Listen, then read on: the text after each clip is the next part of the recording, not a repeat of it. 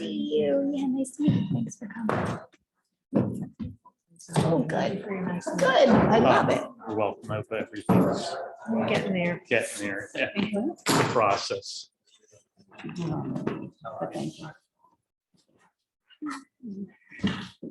Thanks for thinking of us. He just texted me. So. Rise for the Pledge of Allegiance. Pledge allegiance to the flag of the United States of America, to the republic for which it stands, one nation under God, indivisible, with liberty and justice for all.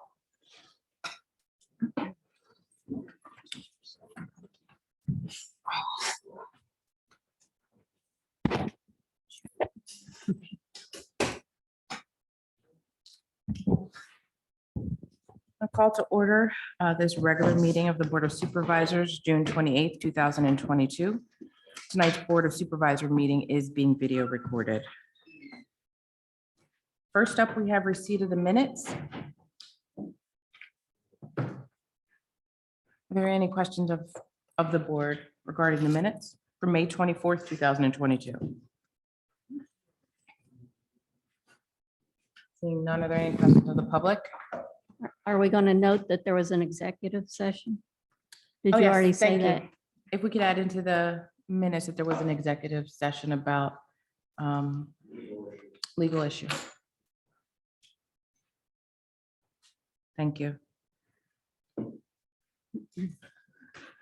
Are there any questions regarding the receipt of the minutes? Seeing none, is there a motion?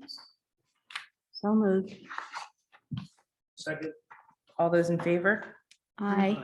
Opposed? I will abstain. I was not here at that meeting. Okay. One abstention, motion carries. Thank you.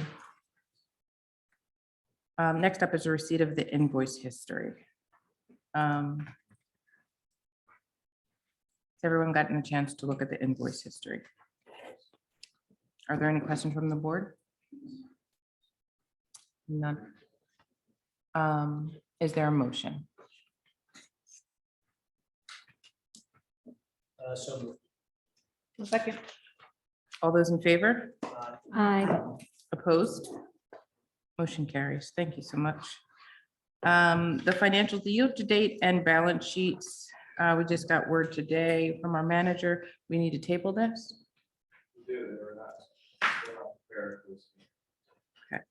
Has the finance director given any explanation why we don't have balance sheets or yield to date?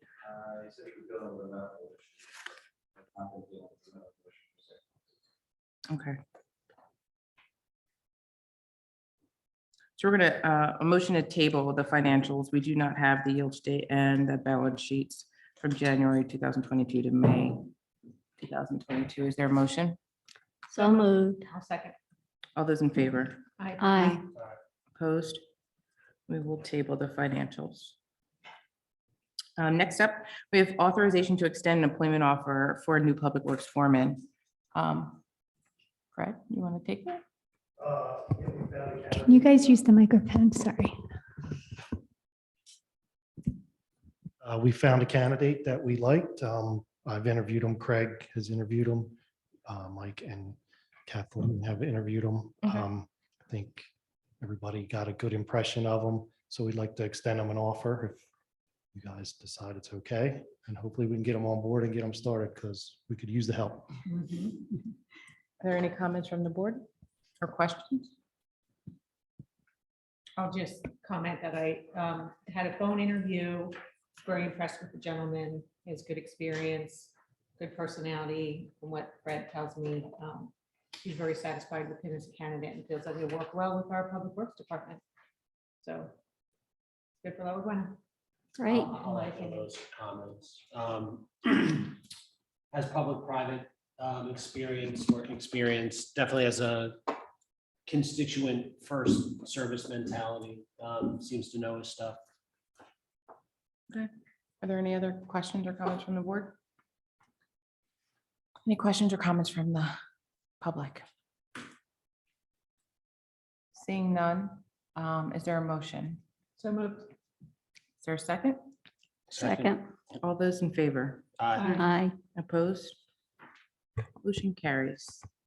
We extend the employment offer to our Public Works foreman. Thank you. And Mr. Gorman. Next up is the appointment of a new member of the Park and Rec Board to fill the vacant position. I'm not sure who wants to talk from the Public Works Public Works Park and Rec Committee. Sure, I can talk to that. Kathleen and I met with a bunch of candidates. I think there were 6 candidates who were interested in the position, which was exciting to see so many volunteers, and I hope we keep that up. But Morgan High is who Kathleen and I would recommend to the board to appoint to this position. She has a lot of energy. She has a lot of event planning and programming experience. She works at the Franklin Institute and does all of their events and programs. So she's very adept at that. And, she's young, she's got young kids, uses the parks, uses our programs. So I think she's a perfect candidate. I don't know if I missed anything, Kathleen. Nope, I'll second all of that. So I would like to make a motion that we appoint Morgan High to the Parks and Rec Board. I'll second. All those in favor? Well, I guess first, are there any questions from the board or comments? No? Are there questions or comments from the public? Seeing none. All those in favor? Aye. Opposed? Motion carries. Morgan High. Appointed to the Park and Rec Board. Thank you so much.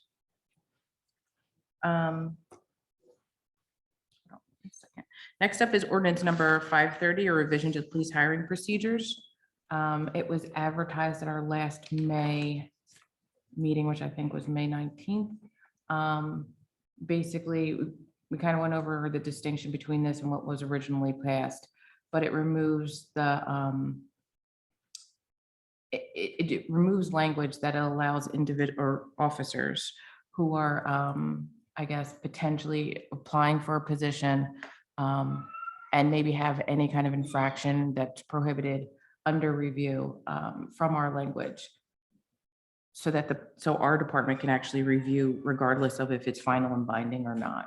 So the final and binding wording, which is in Act 57, which was passed in 2020, and which we incorporated in our hiring procedures, we're updating it to be, I guess, a little bit more stringent to allow any prohibitive offense, whether it's final and binding or not, to be considered by our department prior to hire. Doesn't prohibit us from hiring, doesn't in any way preclude us from hiring. It just gives us the added advantage of knowing about anything that could be floating out there when considering a new officer for hire. Are there any questions from anyone on the board? Are there any questions from any in the public? Let's see. Seeing none, I'm going to make a motion to pass ordinance 530, revising our police hiring procedures. Is there a second? Second. All those in favor? Aye. Aye. Opposed? Motion carries. Passage of ordinance 530. Thank you so much. Next up is the acceptance of proposal for IT support for the township and police. I think, Craig, if you kind of want to review. I can. Jamie really worked on this. Jamie? So go ahead, Jamie. The township went out for an RFP for computer IT services. It was authorized by the board in May, and our current account rep had retired in the beginning of the year, and All Covered, who was our current provider, they did an internal audit and determined that we were really operating under a very old contract, and so that was a good time, we thought, to go out and look for proposals. So that's what we did. We got 4 proposals received, and you can see on the screen, this is what they came in with. All Covered still remained considerably less expensive than the options out there. And they all answered the same they all submitted a proposal based on the same criteria. So the service that they would be providing is the same. So we are recommending that we stay with All Covered. They're very familiar with everything that we have going on here. We don't have any issues with them. So we feel, more comfortable just sticking with the current provider. And then given the cost, we think it's, financially, it's a good decision as well. Jamie, is the RFA for expanded provisions from this company over what we have now, or is it the same? No, we basically, it's basically the same as what we have now. The one thing we do have from All Covered is we get an on-site visit, a monthly on-site visit. And they've been doing that for years. And apparently that was one of the issues. They weren't billing for that. But the other providers really are going to charge you on an hourly rate for someone to come out. That was included in their monthly total. But we are receiving that already. So the only thing that we're going to look into during the budget season is a more robust disaster recovery process, but currently it's the level of service we're receiving, which we think, is sufficient. Okay. Are there any additional questions from the board?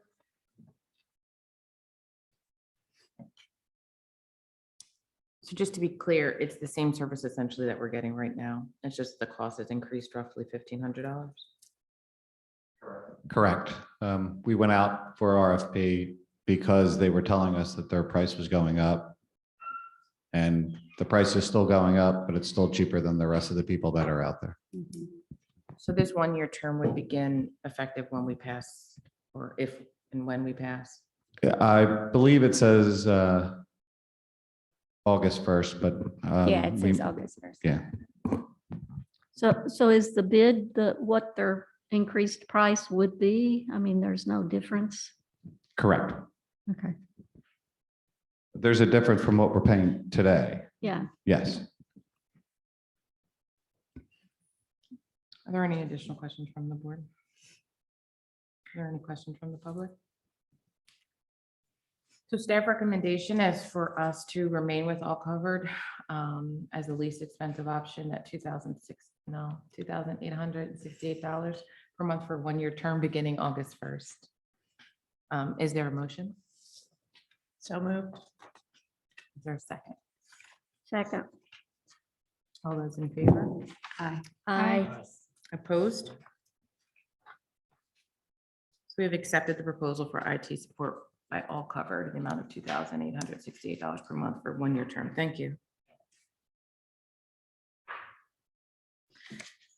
Next up is consideration of the proposal by the Montgomery County Planning Commission to update the Lower Gwinnett Township Comprehensive Plan. I think this was on our agenda previously.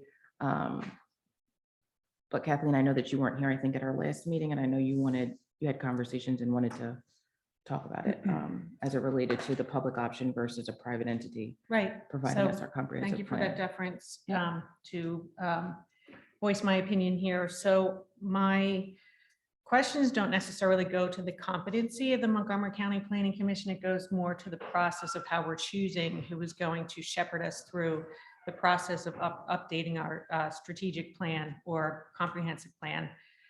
Because from what I saw somewhat from the outside, despite being a supervisor, that the conversations were only had with Montgomery County Planning Commission exclusively and excluding any consideration of private consultants who can do the same work, maybe at the same quality, maybe to a higher quality. We do have a submission that was made by our engineer in 2020 that we were comparing. I think it was on the agenda last meeting or in our packet and part of this conversation. I don't see it appearing this time out, but I would urge, because this is such a consequential endeavor for our township, plotting the vision for the next 10 years, that's kind of the average length of how they are, that it would behoove us and our residents to really be a little bit more prudent in terms of going out there and seeing what other expertise is out there to, conduct the public meetings, do the demographic analysis, do the economic analysis, and really come up with a nice package. I'm not saying that Montgomery County Planning Commission can't do that, but I think it's prudent, and I know we legally are not obliged to do this because it's a professional service. But again, because it's such a consequential endeavor, I think it would be very prudent of us to go out and interview at least 2 other private entities. And that way it would give me and all of us a good comparison of what we really are getting from Montgomery County Planning Commission. I don't know the professionals out there. I haven't seen any CVs. I just feel that we could dig a little deeper in terms of finding the right and the best professional to do this job for our residents. Again, it's just a process I object to. Thank you. Are there any additional questions or comments from the board? Well, so I'm sort of agreeing with Kathleen in that we were given this option as a board. I don't know although I think in the past, we had talked about hiring the Montgomery County service. It seemed like it was a waiting list of 3 years or something like that, and we decided not to pursue it. But so I'm assuming that has been resolved. But are we not? Would it not behoove us to get additional bids on this process? We did get a bid from Gilmore. It was double. Everybody has the same time frame. It's about 18 months to 2 years. That's generally the time frame to pick up on these things. And I think the significance, the difference between the Montgomery County option, and I think we've spoken to people who use Montgomery County. The difference is it's subsidized. Any private entity is going to be about double. And it's not to say that Gilmore's not great at it. I'm sure they would be great at it. Is it in the best interest of the township to pay twice as much for something that we can get for half the price? And I understand the concern obviously is if you're getting it half the price, maybe you're getting half the effort. That's why we spoke to some of the folks that worked with the Montgomery County Planning Commission. That was the purpose of that. But certainly we want to know what else is out there. But the fact that it's subsidized is the big significant difference. So I just clarification or maybe background. The administrative committee, which is Mike and myself, reached out to the Montgomery County Planning Commission. We had, I guess, multiple meetings.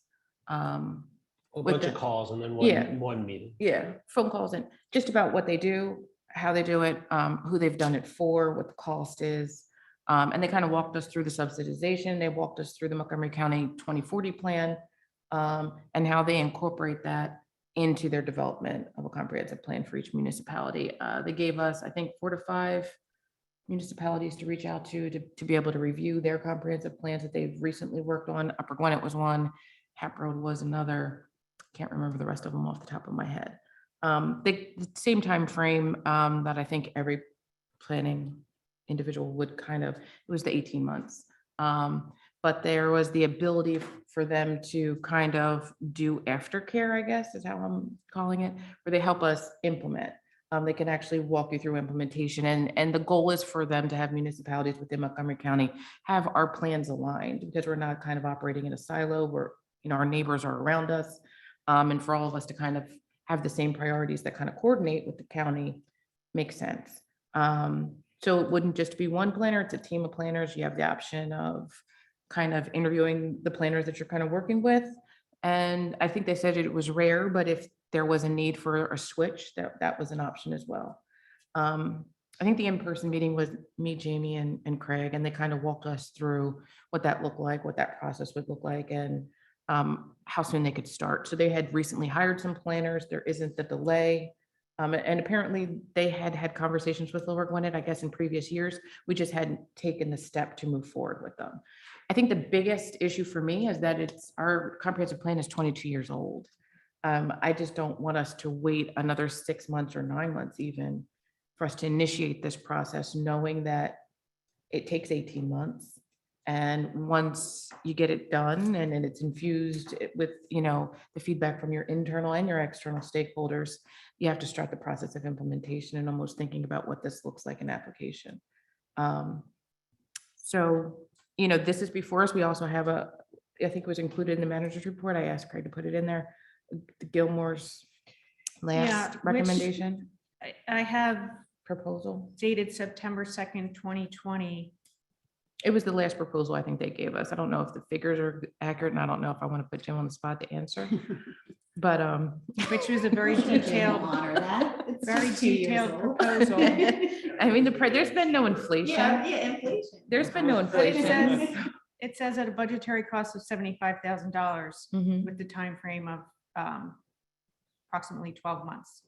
So Absolutely, yeah. that's quicker and that's the same amount of money. Except for it's subsidized, so we don't pay the $77,000 to. Yeah, I hear that. But again, we're in a very fortunate position where we can hire the best. And I just don't know, given the very limited amount of information in front of me, if we are getting the best for this. Last time I was involved in a similar process was when we were actually going to embark on an update of our comprehensive plan. That was when the former Gwinnett Mercy University was up for sale, when Ship was up for sale, and Ambler Yards were all up for sale at the same time. Mhm. That's like a lot that was up for sale. So we That sounded expedited like- the process yeah. to just kind of look at those parcels, and then the one sold and the other sold and other sold. But we brought in 3 different private entities. I don't believe we talked to the Montgomery County Planning Commission about that. But yeah. Was so- that I don't want to interrupt you, was that a comprehensive plan or was that a strategic plan directly related to those 3 parcels? Well, I think what the supervisors did was we looked at what we had in the comprehensive plan and we didn't feel like all of it, yes, it was targeted, but at the same time, I think the consensus was that we didn't really need to do a full-blown update. We just did want to target it. But the process was the same thing, bringing in these consultants, talking to them, assessing their process, their expertise. And then we ultimately chose a consultant down in Philadelphia who's going to do the economic analysis in conjunction with eConsult, which is very highly regarded. So I mean, a comprehensive plan is much more of a broad overview as far as the direction that the municipality or Mhm. us specifically, Very our township wants to go to, yeah. mhm. And it needs to involve all our stakeholders, but some of the things, I guess, some of the issues can be what you just mentioned. The idea of you target if you're very specific, almost like a strategic plan, and then you work on that, and then something changes, all of that effort was for naught, especially if, the properties were sold. So if you look at our comprehensive plan currently, I don't have it with me, but it's not accurately even reflecting what the township looks like currently. Obviously. Yeah, it's I'm not disputing the need Yeah. for an update by any means. Mhm. I think the issue is the due diligence. So at least Kathleen and I, it sounds like, have not heard what the due diligence is, how many groups you talk to before deciding on the county providers. Mhm. So the county provider is specific to municipalities. They don't make this contract or offer this contract to any outside entity or organization. It's only for municipalities within Montgomery County. That's the first thing. I think within the proposal or the scope of the proposal, it kind of outlines what they will do. But again, it's the recommendation of the administrative committee that this was our recommendation.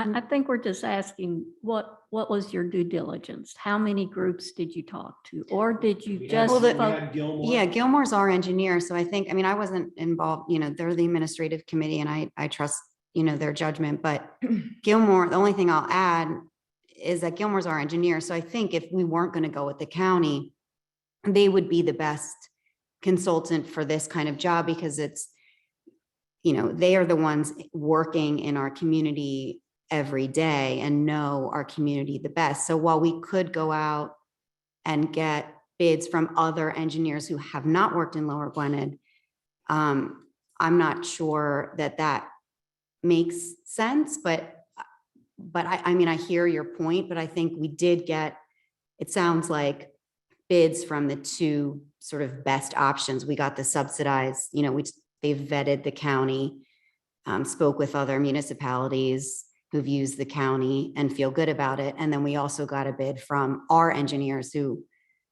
sort of on the private side, I would think would be the most qualified to do this, were we to go with a private entity. So That's just we my asked thought. for an updated bid from Gilmore. We didn't ask for an updated bid. We just had the 2020 bid. I'm gonna just kind of go out on a limb and say it won't be cheap. It's It's probably probably gonna would be be more more. expensive. With inflation, I'm assuming that it's not gonna be 75,000. What do you think, Jim? Putting you on the So spot. we gave the proposal in 2020. It wasn't acted on. And then at the end of 2021, Craig had asked me if we wanted to update the proposal. At that point, our rates hadn't changed from 2020. So I said we would hold it. Our rates have gone up slightly since then. So it would probably be a little bit more, but not, substantially more. Mhm. Okay, I do like the fact that it's subsidized through the county. I'm just leery of not doing our due diligence thoroughly. So, Well, how That's many my only more, how many point. more companies would you like us to meet with? well, I mean, you're concerned about the due at diligence. so least just give us the three, number. Three, so the two, county, Gilmore, and how many more? one at Okay, least. one So more. that's three. Okay, one more. Okay. And did you get feedback from the municipalities who worked with the county? And if so, what was that feedback? So I talked to Upper Gwinnett, Montgomery. They were ecstatic. I mean, Upper Gwinnett specifically said that the individual who was their planner attended their meetings, attended their planning meetings. Mhm. They started off with holding informational sessions to kind of give an overview of the Monco 2040, invite the public in. They had focus groups related to the public. They had focus groups with the staff. It's a process. Like I said, it takes 18 months, but throughout that process, they engage with just not only the staff and the internal stakeholders, but also the external stakeholders that were identified. Yeah. Same with Montgomery Township. So they all have their comprehensive plan on their websites. So, I mean, you can look at them. Hatboro, I believe, was the other one, or Hatfield, and I sometimes confuse the two by accident. But one of the H's also worked with them and have their comprehensive plan, and they kind of talk through what they're prioritizing. It's unique to each municipality, but what they're prioritizing, why they're prioritizing it, Mhm. and then the goals of each priority. And so they work out the action plan of how they're going to qualify their steps towards the goals, and kind of identify how often they're going to actually review it. So how it's going to be infused in Park and Rec, how it's going to be infused in their various committees, their greener programs, or one has an EAC, how they're going to ensure that, like for stewardship as it relates to environmentalism is not just a standalone goal, it's infused in every aspect of what they're doing as it relates to purchasing, as it relates to just the functions of the municipality. So it's comprehensive. It's not specific, like we're going to fix our business district and here's how. It's a comprehensive plan of the priorities of the municipality and then Yeah, what that looks like in application. I get it. That's not, I think that's not the point, but thank you for explaining that. No, I was saying that's what's on the website and that's what they kind of explained to me. Yeah, very good. I still think we need at least three. Okay. Are there any other questions from the board? Just so we'll see how this plays itself out, but I guess I'd ask, so you're good with three.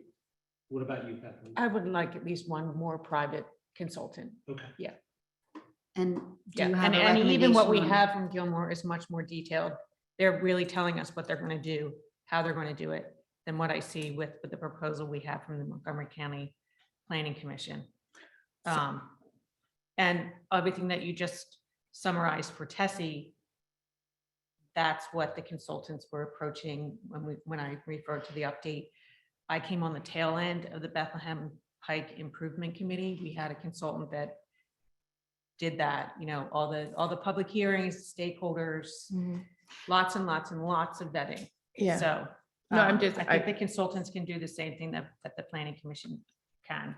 I just And- want to tangibly ask, so like, do you guys want us to send this out for an RF, like a request for proposal? And the only reason I'm saying that, that's the only way that we could Yeah, well, solicit, what? solicit bids from an entity that has no, you know what I mean? So Gilmore, they're our engineers, so they can obviously Well, give if time us. is of the essence, I don't think we necessarily have to do that. So how do you want, I'm just asking, how do you want us to identify? Well, it's How up did to we do it you. before? I'm sorry, I couldn't hear you. No, I think that if you are taking the lead on this, you should be able to I identify. can, but I mean, I'm satisfied with what we have. If I go out and ask, I have to identify a planning entity that theoretically could know Yeah, I about. mean, I would our go township? back to the three that maybe we reached out to before. Yeah, we could do that. We can survey the other municipalities around us and see who they use for a recent comprehensive plan. If that's the choice. So there isn't anybody in particular. That's what I wanted to get. I was very impressed with who we hired, Barton Partners. You said Barton? Barton Partner, is that what it's called, right? Yes. You know who they are? Yeah. They're in town. And I would like to ask Jim if he would like to update his proposal in any way. No. No.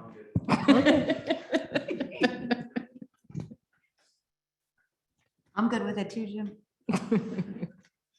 Okay. Thank So, you.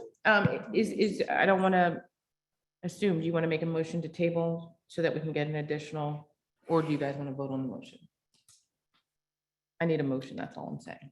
I'd like to make a motion that we table voting on the comprehensive plan provider until we get one more evaluation of a provider, Private consultant. a private consultant. So you want to table the motion on the comprehensive plan with Montgomery County and Lower Gwinnett Township until we get another proposal from an outside entity? Yes. Can I just, I'm sorry, I should have asked this before you made the motion, but are we, Neil, this might be a question for you. Are we allowed to just target a private entity and ask for a bid without doing an RFP? We're allowed to, It's a professional Okay. services contract. okay, The only caveat I'd say is we should have some date Yeah, by which we get the third proposal. If we don't, we go with the two we have, because this has already gone on for 22 years. I wouldn't say it's gone on for Well, 22 years, we but haven't had a new comprehensive plan for 22 years, and so it's gone on. well, okay. If I'm this is not 2000 when we actually supporting proposed. that we don't need one. yeah. I think we do need one, and I think we need to move with some speed to get it in place. I just don't want to, the speed shouldn't preempt doing a thorough job up front. Okay, I'm not So- comfortable voting. I'm not comfortable voting on something that has an open-ended date to get a submission. So if you want to put an end date to it, that's something that seems reasonable. But short of that, I don't think it's appropriate that we say until we get a third proposal, when it may take 6 months to get a third. yeah. So Craig, what do you think a reasonable amount of time would be on a fast track? I would say September 1st. How about by our August meeting? That's the 24th, I think. Sure, we can, I can ask. Yep. Okay, and can you come up with 2 or 3 names to suggest and give it to the supervisors, and we can review that and give him our feedback? Because it's professional service.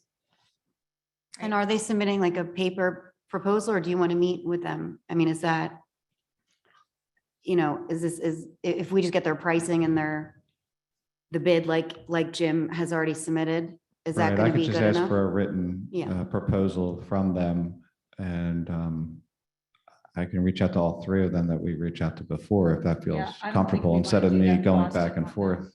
Okay, One that we eliminated, there was a Boston firm in there. It was just not realistic. okay, yes. Mhm. So those two. So the we'll other just do a two? paper Yeah, I mean, bid Okay. and that'll, Is it unrealistic to have it by the end of, by our July meeting? And I'm asking this because I understand that Montgomery County is moving forward without, with or without us. Correct. They're moving forward.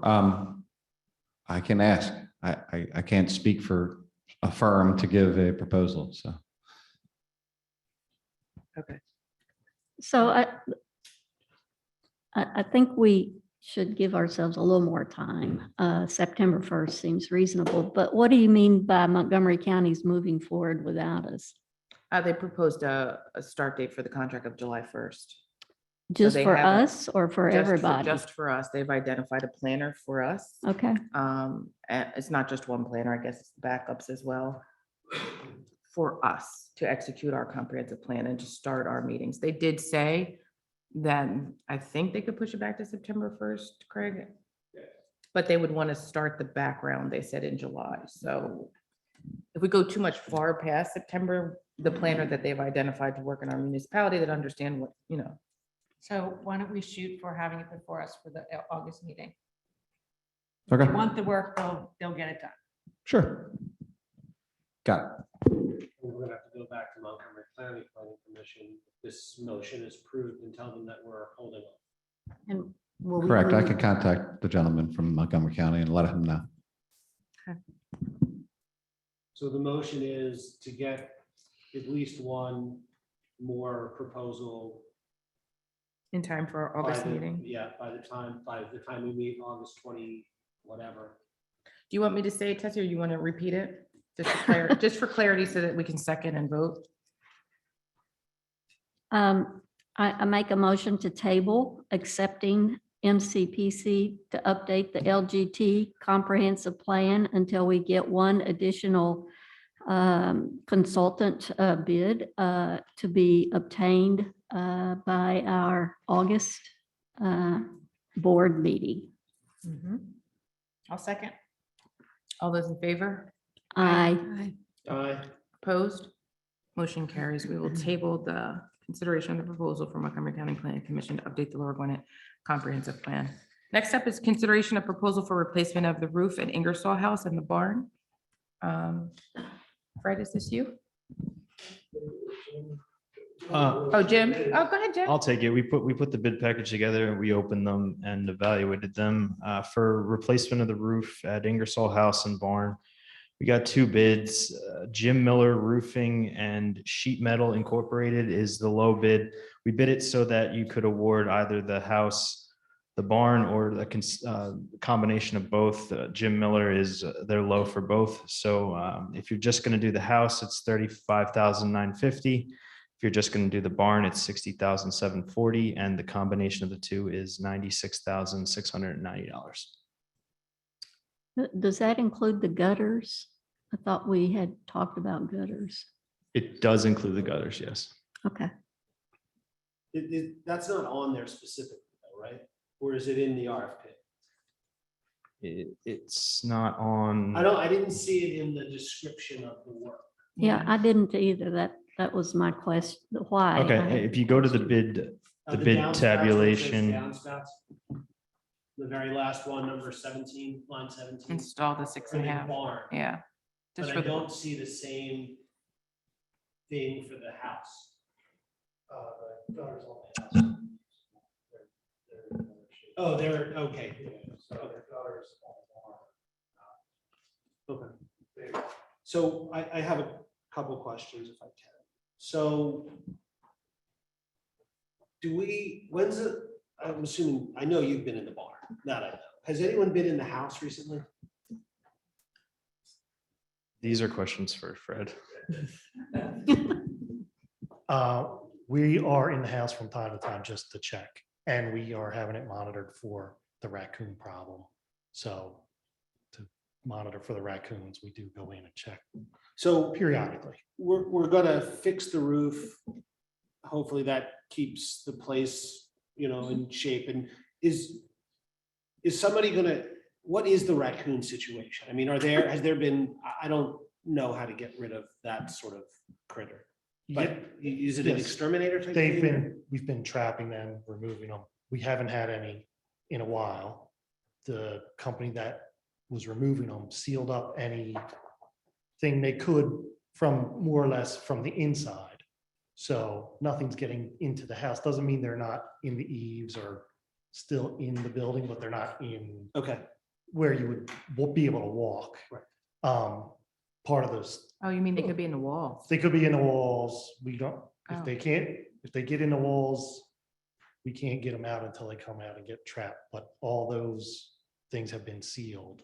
So they can't get into the building as far as we can tell. Like I said, it's been a while since there's been anything in there. But the roof, the eaves, the chimneys aren't sealed. So they may still be the in house? there. Okay. We just don't know because they don't get into the rest of the building. so that's kind of my question. So if we go sealing up the roof and fixing it all, and there's a critter in the house that now won't be able to get out of the It house. just becomes a squatter. Yeah, squatter critter. We're gonna have a bad smell at some point. So how do we, is there a way to address that before they seal up the roof? I would just think from the activity of ripping the roof off and the noise, they would That'll, naturally. okay, I don't know. It's Naturally a little leave. outside my expertise. But I can check with our exterminator more or less to make sure that's the case. Okay. And if we need to set bait or traps to lure them out while it's opened up, we can do that. Okay, yeah, I don't know the answer to that, but it, Yeah, Sort of. I don't know 100% either, so we can check on that. okay, cool. I don't know if this is Jim or Fred. Is your recommendation both? Or are you recommending either or? What is your recommendation? Is that Fred? I would recommend both. The barn has visible rot in the roof. You can see from the outside. The house is more of a sealing up for the animals, just so there's no additional damage. Right now, it's sealed as far as the animals getting all the way in. We don't see any additional water damage, but the roof, you can see there's a few bad spots on the roof. So if you're intending to keep the buildings and not spend more money to fix damage in the future, the roofs need to be replaced now so they don't deteriorate anymore. We have temperature control in the house, Yes, don't we? yes, Is it just heat or? just is it- heat. Yeah. Yeah, that's what I thought. which is probably why the raccoons like to Yeah, move in.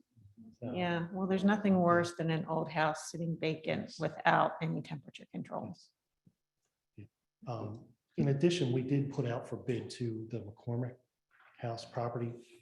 When we talked to the roofing contractors, they thought that was just repairs. So that's why there's no bid on that. And we'll take care of that with some kind of a repair order or a addition to whoever fixes the roof. We get a price just to fix with some flashing and the ridge vent. And it had caused the water leak, but it wasn't the entire roof. So that's why that bid isn't on here. There's no reason to replace that roof. So that's a bit of good news that we got when we were doing this. Could you please remind me, what is the type of roofing that they've proposed? Asphalt shingles. And what's the lifespan of that? I 30 think years? they were 30-year shingles, which is like standard now. Yeah. They look like slate shingles. They're not just 3-tab shingles, but they're 30-year rated shingles. So I guess something you said, Fred, it's a legitimate question, which is, I think you'd mentioned what you're gonna, what are you planning to do with them? And that's something, I guess that's somewhat concerning because we have to deal with the problem if we're keeping the buildings. If we're not keeping the buildings, this strikes me as a bit of a waste of money. And we don't know what we're going to do with that. So we're in a situation where we don't have much choice but to fix the roofs at this point, or we're going to have critters, or someone's going to get hurt. Yes, you're gonna have demolition by neglect. if Yeah. you let the roof Right. go. So that's what I was gonna ask, is like I don't know what the soundness of the roof structures, has that been evaluated by anybody?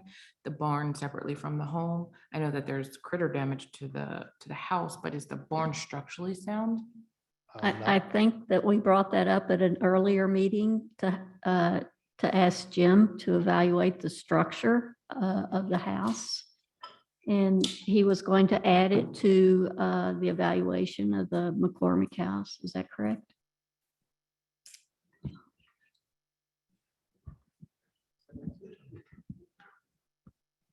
I think that what we talked about was a flow chart Right. similar to the flow chart we gave you for the McCormick House to make a policy decision on what you ultimately would like to do with the structure.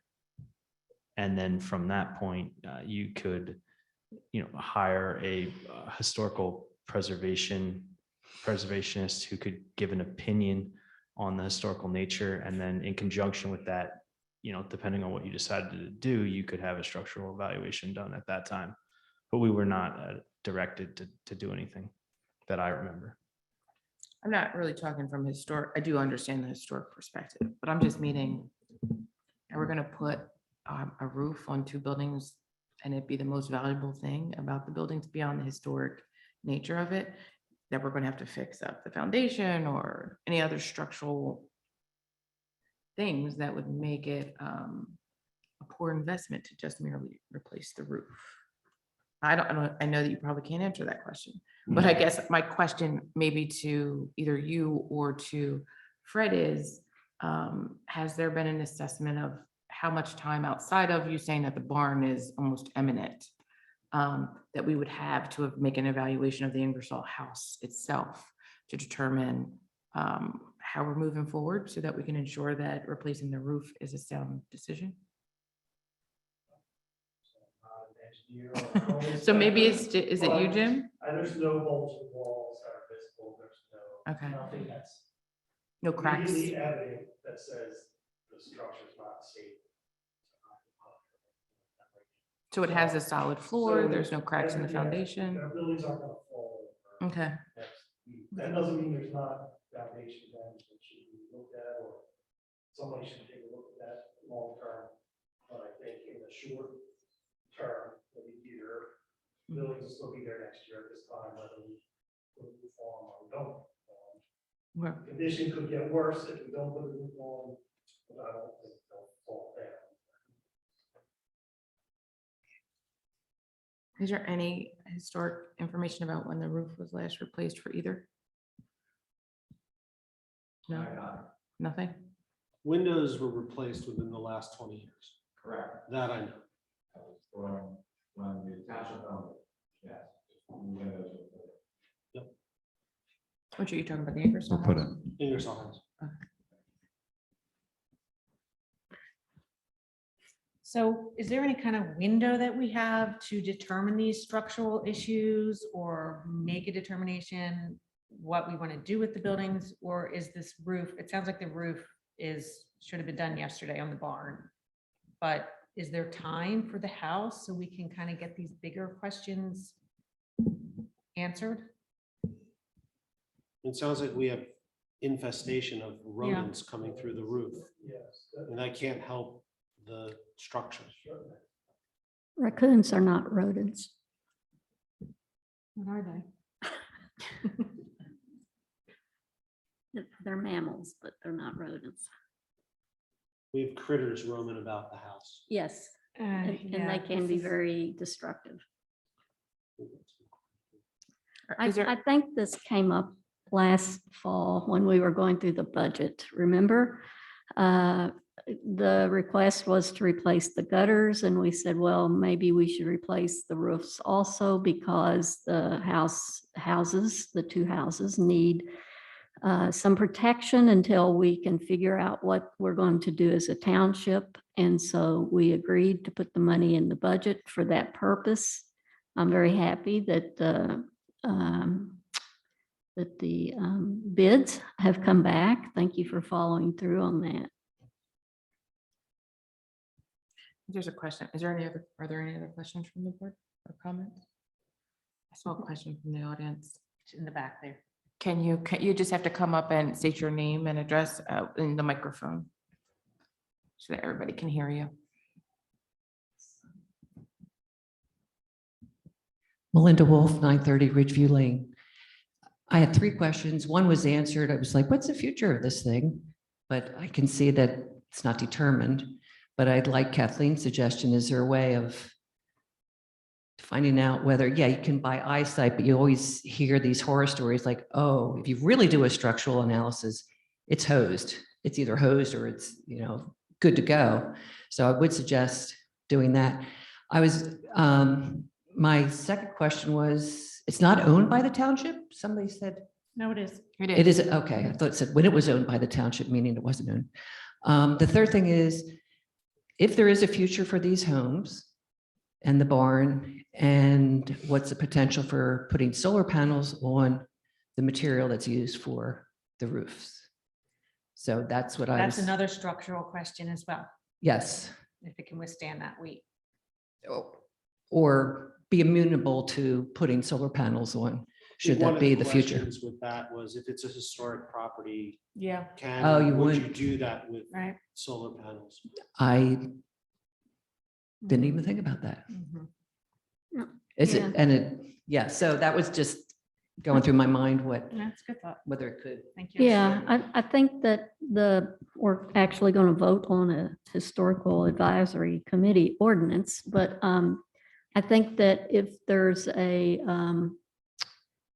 allowance to, if the township wants to keep the buildings and there's the possibility to electrify them using solar energy, it doesn't have to go on the roof of the building. It can go off into the property, and I think there's 7 acres associated with the one building. So I think that that's a very good idea to keep that in mind. So that we can do that in the future and, have it as a demonstration for solar energy for powering township buildings. Are any other questions from the public? Any questions from the board? I guess just as clarification, is there ability or has there been any exploration of us getting a structural survey of the house at minimum? No. No. No, I'll move to accept the low bid for the roofs on both the barn and the house. Is there a second? I second that. All those in favor? Aye. Aye. Opposed? Motion carries. Accepted the lowest bid for the Ingersoll House, and I believe, I'm sorry, Jim Miller Roofing in the amount of $96,690. Thank you so much. Next up is the authorization to advertise our Historic Advisory Committee ordinance. Let me turn that over to Supervisor Martin. Thank you. So the Historic Advisory Committee has met on multiple occasions and worked in conjunction with our township manager and our solicitor to come up with this proposed ordinance that the committee is recommending to the board. Right now, the vote is just to advertise the ordinance for adoption at our next meeting. But if there's any questions from the board or the public, I don't see anybody on the historic committee here, so I could answer them if anybody has any. Are there any questions from the board? This is to authorize advertisement. This is Yeah. also as the advertisement of the ordinance establishing the committee. Are there any points that you feel you need to highlight? No, No. I think all the points are great. Sounds good Yeah, to me. I agree with that. I think it's a good community building advisory committee. We have a strong sense of community here. I think it's just really going to build on that. So thank you, Janine, for carrying this forward. You are welcome. Are there any questions from the public? You seeing none? Seeing none. I'm trying to stall. Yeah, Mike. I'm sure Mike will Oh, I say I yes. see somebody in the back. Do you- If you could just come up and give your name and I don't. Okay, I think Craig has the microphone. There are no stupid questions. A government committee, so for example, the EAC. The EAC, Melinda Wolf, 930 Ridgeview Lane. Does this make it a government committee so that, for example, when you go on the website and you pick, all the townships have websites, government committees or whatever, and the EAC is listed under that, but some of the others are not listed under government, they're like a tree commission or something like that. What category does that make that? It's a government, it's subject to the sunshine law, so it's open to Yeah. the public. That's, It's a public meeting, got it. however often you have them. Okay. So- Yeah, Yeah, I don't know that what answers tab it. it'll fall under, but yeah, it'll be Okay. public and the volunteers are appointed for a set number of years. Yeah, it per went through term. so fast, I wasn't sure Yeah. what, okay, that answers that. Thank Yeah, you. of course. So now that we've got, Thank you, Melinda. No. Now that we've all returned. now that Um, we've got is- Mr. Forsky back. Is there a motion? I make a motion to authorize advertisement, the Historic Advisory Committee ordinance. Is there a second? Second. All those in favor? Aye. Opposed? Motion carries to authorize the advertisement of a Historic Advisory Committee ordinance. Thank you so much. Next up is authorization to purchase 8 water stations to upgrade existing stations at various parks. So it's kind of, do you want to take this, Craig? I don't want to take it away from you. No problem. In the budget, we, for 2 years, we looked at replacing the water fountains at several of the parks. There's 8 total, 4 at Penland Woods, 2 at Penland Park, 2 at Penn Ambler Park, and 1 at Oxford Park, or I'm sorry, 1 at Penn Ambler Park and 1 at Oxford Park. It's a water filling station, so it's a little bit better than, bending over and putting your mouth next to the spout down there. So this was going to be an upgrade to the parks before COVID. Then we turned the water fountains off and we didn't turn them on, so we didn't upgrade them. So we have $37,500 budgeted for this endeavor. These 8 will total $31,405. There might be an additional cost for some of the fittings and water lines in the several existing fountains that we may have to replace. So just looking to upgrade these 8. I have a question. I can't exactly gauge how tall the bottle refilling station is. If somebody's in a wheelchair, can they reach that? Yes, these are handicap accessible. Okay. I just have a question too about Ingersoll's not on there. Is that because of the water issue? Like, is there currently a water fountain there? There is, Is there? Which one? Ingersoll? Yeah, there's no Think water there fountain, right? is a yeah, there is not. I think that Okay. is part of the proposal for the grant for the Ingersoll To get Park the is water. to Get install the water. water. Yep. So we don't have this on that list. Okay. Oh, okay. So there's not going to be any additional, Oh, yep, just the last sentence. so there's not going to be any additional water fountains. This is just replacing the existing ones. at Replacing the existing, places. yes. Okay. Did you have something to add, Kathy? It's not just replacing them, some of them don't work. Yeah, So it's not just that we're asking for upgrading them. It's actually, some of them aren't working at all. So that was important that we found out that that money was in the budget and we're going to use it.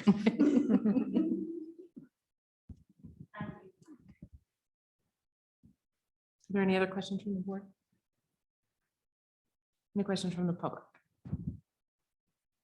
Seeing none, we have before us authorization to purchase 8 water stations to upgrade the existing stations or to provide them with a functioning water fountain in the amount of $31,405. I know that you did say that there is the potential for there to be a little bit of an increase of cost. So is this 31,405 including that potential?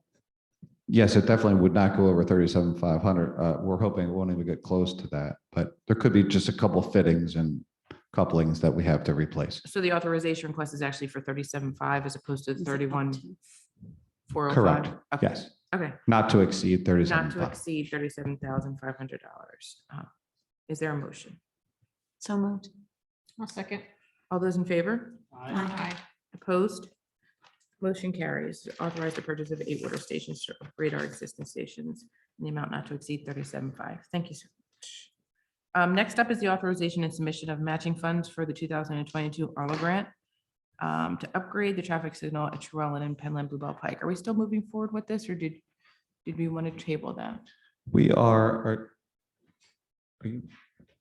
Stephanie Butler's here in place of Chad Dixon. He's on vacation this week, and but we are going to move forward with the ARLA grant. We're just going to reduce the scope a little bit on this. Okay. So Stephanie Butler. Hi, Stephanie. Yes, the ARLI application is due actually on Thursday, June 30th. So as far as I understand, yes, we are moving forward.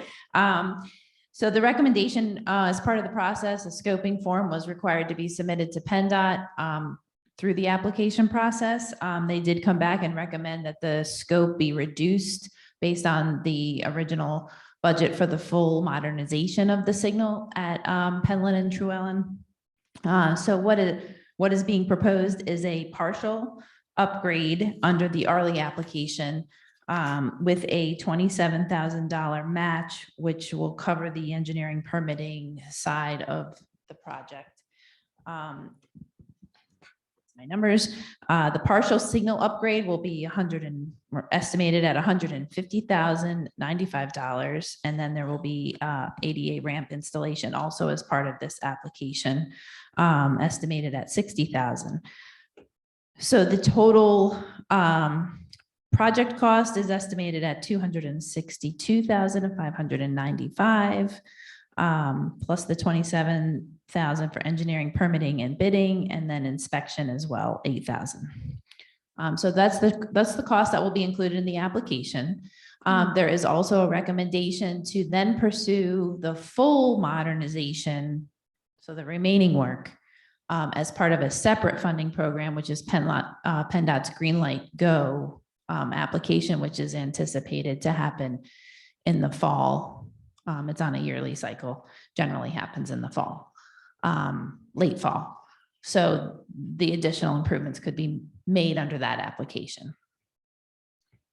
Just to clarify, so the application for $297,595 is for both Penland and Trewellen / Old Penland Pike and Norristown and Tennis, or just? This is just just Penland now. and Trewellen. Yes. Okay, so this cost estimate that we received, we're applying for the grant in the amount of $270,000. And we're going to match at 27. Am I understanding that? That is correctly? correct. Yes. Okay. And so moving forward with the other would be under the Greenlight Grove program. Correct. And that estimate and grant amount and match would be determined at a later time Okay. when that application process opens.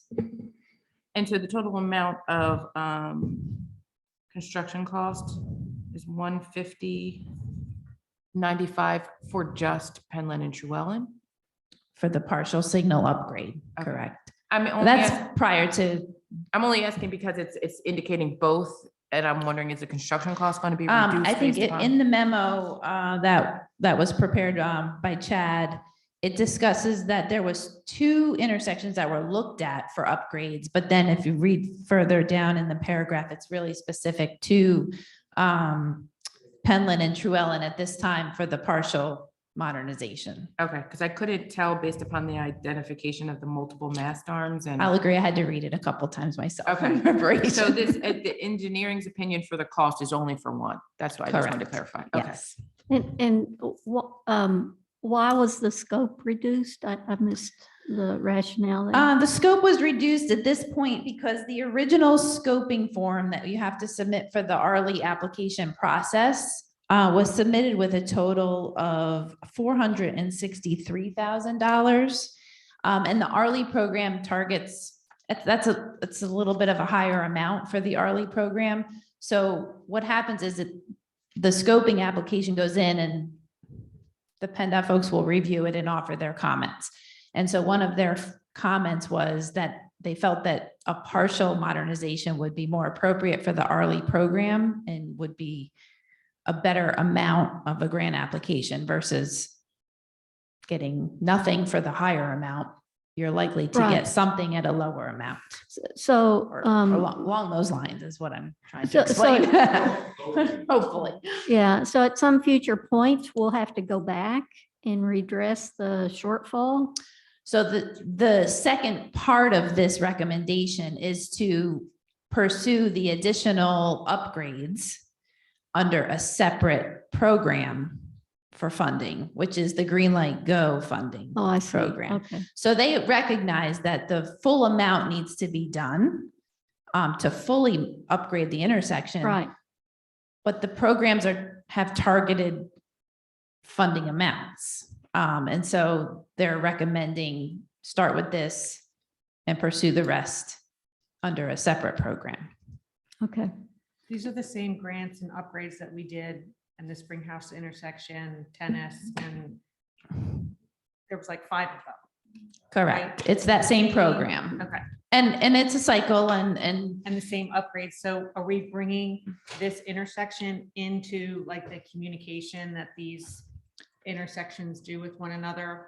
Quote, unquote, I mean, I know that's one question I'm not sure about, but I don't Well, I know. can if save it the- for chat. I don't know if the But- interconnect is all, I'm not familiar with okay. which all is connected in the system, Okay. but we can find out. Okay. Yeah. All right. Mhm. All right. Thank you. Was our match budgeted for this year or no, because this is new? I don't know that. And But we won't be. that was seeing this until- my next question was, we're not gonna get it this calendar year, right? Okay, so we can budget it for next year. Right. That was- Generally, their cycle falls like early 2023 would be when these are announced. Okay. If we don't get the second Go Green grant, does that mean that the township will have to step in and fund that part of the project? You mean the green, you're talking about the green? Where we can look for more opportunities for funding. Where we can use the existing past. I would say that the Arlie application right now, the partial upgrade will function, obviously. If that is the only thing that is installed, it will still function as an operating signal. It's the second phase that would be done under, if awarded the next round of funding. So it would really be just a matter of when and if that funding is awarded and Okay. when the decision would need to be Yeah, made to. So fully the modernize. initial part is independent, can be independent Correct. from the rest of the Yes. project. Mhm. Okay, that's sort of what I was after. Okay, thanks. Are you guys working with Econ on the grant application? Is this something you guys take care of in-house? I'm sorry, I'm stumping you. Do you know? They're speaking with Econ. It sounds like at the last Is that email that we Colleen? received. Is Yes, yes, Colleen. Yes. Okay, I apologize. No, I'm, that's okay. like I said, I I'm know, a I'm putting fill-in. you, yeah. Dan is submitting it, but Right, but I do know that they've been coordinating with Okay. Colleen on Okay. the documentation. Okay. Thank you. Are there any additional questions from the board? Any questions from the public? Oh, I'm sorry. Can you just come up one more time? Can we buy another You microphone? know who I am. Yeah. Does this mean the Norristown We Road have and them on Tennis order. Avenue intersection will not be addressed at all? Which one? The second bullet, Norristown Road and Tennis Avenue, you're not doing an application, so Not in that's this- off the list Not in totality, just for this grant and for the Arlie and as well as the GLG, it No. looks like. the Green Light Go is where she would consider tennis and, Although it doesn't say that up there. The Green Light Go right now is recommended to be considered for the remaining balance of Truella. Oh, you're not even getting to that Wow. yet. Norristown and Tennis is recommended for improvements, but it will be. It'll have to be separate. Okay. Got it. It's really a matter of finding the programs that fit into the budget to projects with the type of award amounts that you see with these programs. And a lot of these programs now have been around for a handful of years, so we start to have a good history of the size and scope of projects that receive awards. Can I make a motion? Unless there's any additional questions from the public. Seeing none, go ahead. To authorize submission and matching funds for 2022 Arley grant for upgrades at Truellen and Penland Bluebell Pike. Is there a second? Second. All those in favor? Aye. Opposed? Motion carries. Thank you so much. Next up is the authorization to accept a stormwater maintenance agreement between Laguna Township and Montgomery County for improvements on Summitown Pike. Is this you, Jim? Oh, this is me you, as well. Stephanie. Oh, Stephanie. So this is part of the county permitting process for the Springhouse intersection project. One of the remaining comments prior to issuing a permit is completion of the stormwater maintenance agreement. It's typical for installation of drainage facilities under their highway occupancy permits, that the township is ultimately responsible for the maintenance of those drainage facilities, pipe inlets. And there are proposed improvements, obviously, within the roadway widening that are required as part of this permit. So it is the maintenance agreement. It's a standard maintenance agreement from the county.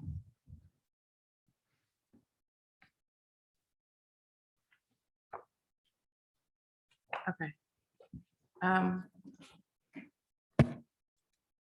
Can you just tell me exactly where the improvements are? I'm trying to, the address is not necessarily identified, or like the area. This is related to the highway occupancy permit for the Town Pike, Norristown Road, Bethlehem Pike So is it improvement project. It's only for the county roadway, which is Town Pike. So from the intersection so it's west Summitown on Pike. Town Pike. So this is not affecting the Norristown Road portion at all. It is not. I will caveat that with PennDOT has not commented on the need for a stormwater maintenance agreement relative to their highway occupancy permit. There is one inlet that's being placed in the road, but they have not commented on the reviews that they've done in requiring a stormwater maintenance agreement at this time. Okay. Okay. Are there any questions from the board? Are there any questions from the public? Seeing none. So we have before us authorization to accept the stormwater maintenance agreement between Lower Gwinnett Township and Montgomery County for the improvements on Summitown Pike. Is there a motion? Second. All those in favor? Aye. Opposed? Motion carries. Thank you so much.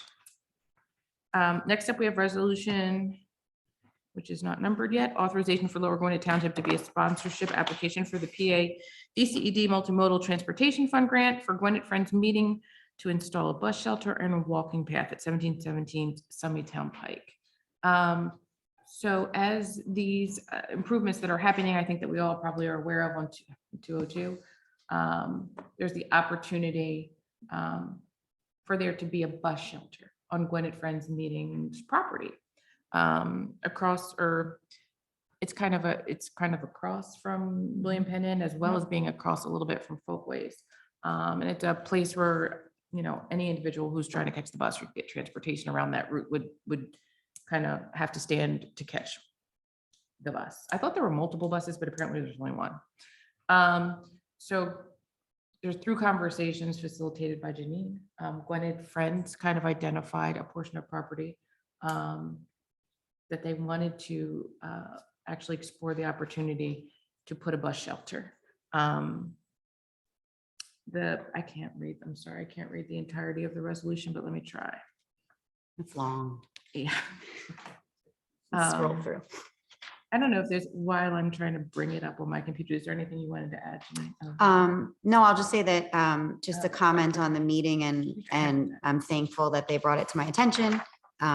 This is something that, people currently, when they want to take the bus, are standing even before the construction. We're just standing on the meeting's property or leaning up against one of their walls, essentially right on Town Pike. It's very dangerous. I'm sure discouraged a lot of people from taking public transportation. People fly down Town Pike, as we all know. So, I've seen moms there with their kids waiting for the bus, and it's just dangerous all around. So thank you to the meeting and to Folkways and for everybody, William Penn, everybody getting together and championing this initiative, because it's going to make for safe transportation. Maybe more people will be taking the bus.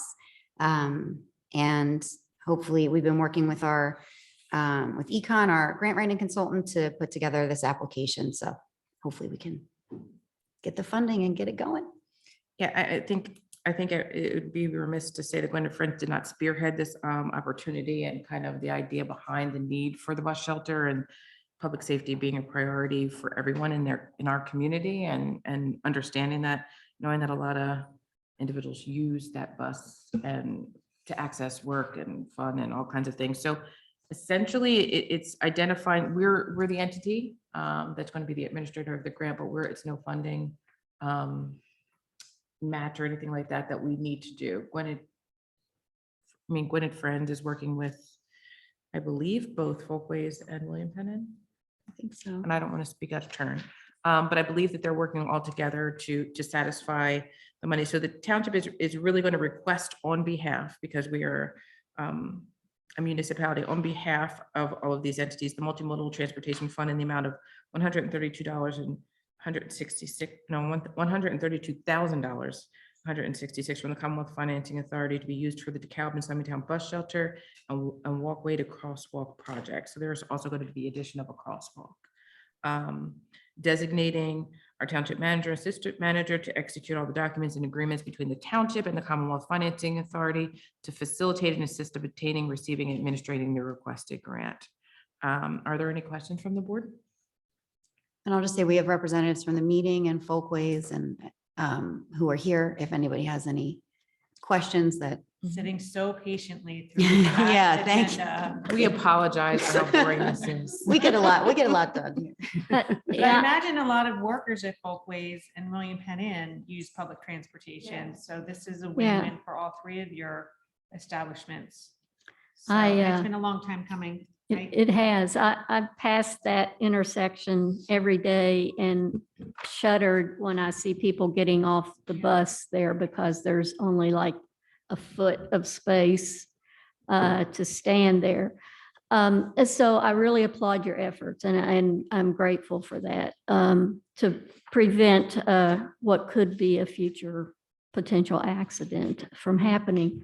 My only question is, and this obviously isn't, I guess, up to this group, but is there some way to put crosswalk, across Town and also across 202, because I see people darting across the road there to get to the other side.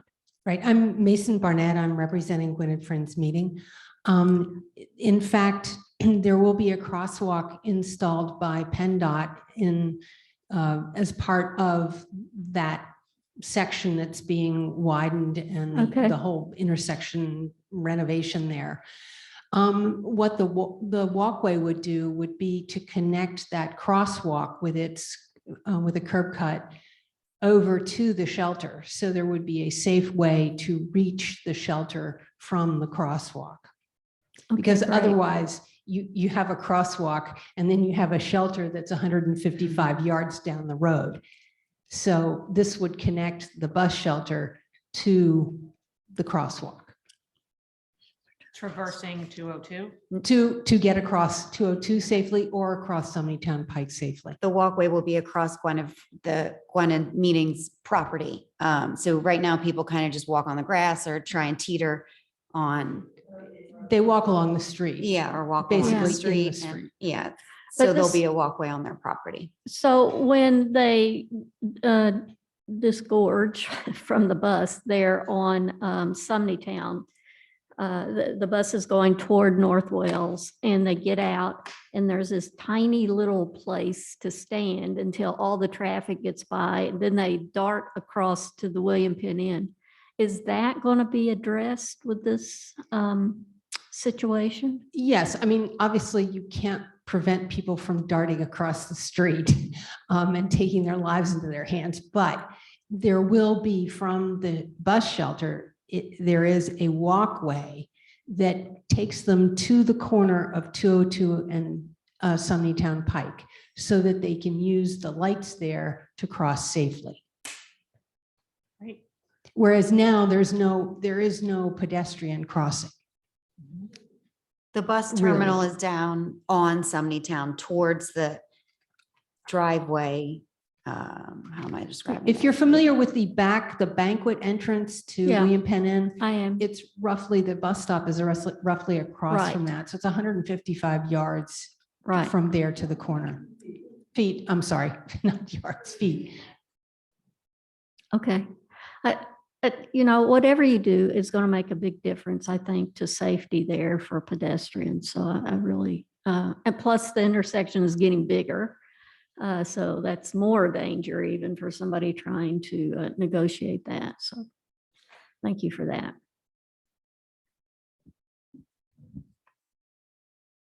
Are there any additional questions from the board? Are there any questions from the public?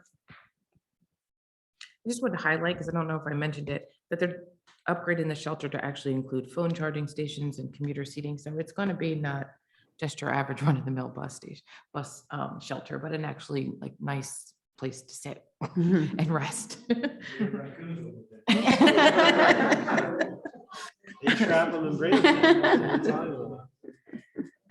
So we have before the authorization for Lower Gwinnett Township to be a sponsorship application for the PADCED Multimodal Transportation Fund for Gwinnett Friends Meeting to install bus shelter and a walking path at 1717 Sumney Town Pike. Is there a motion? So moved.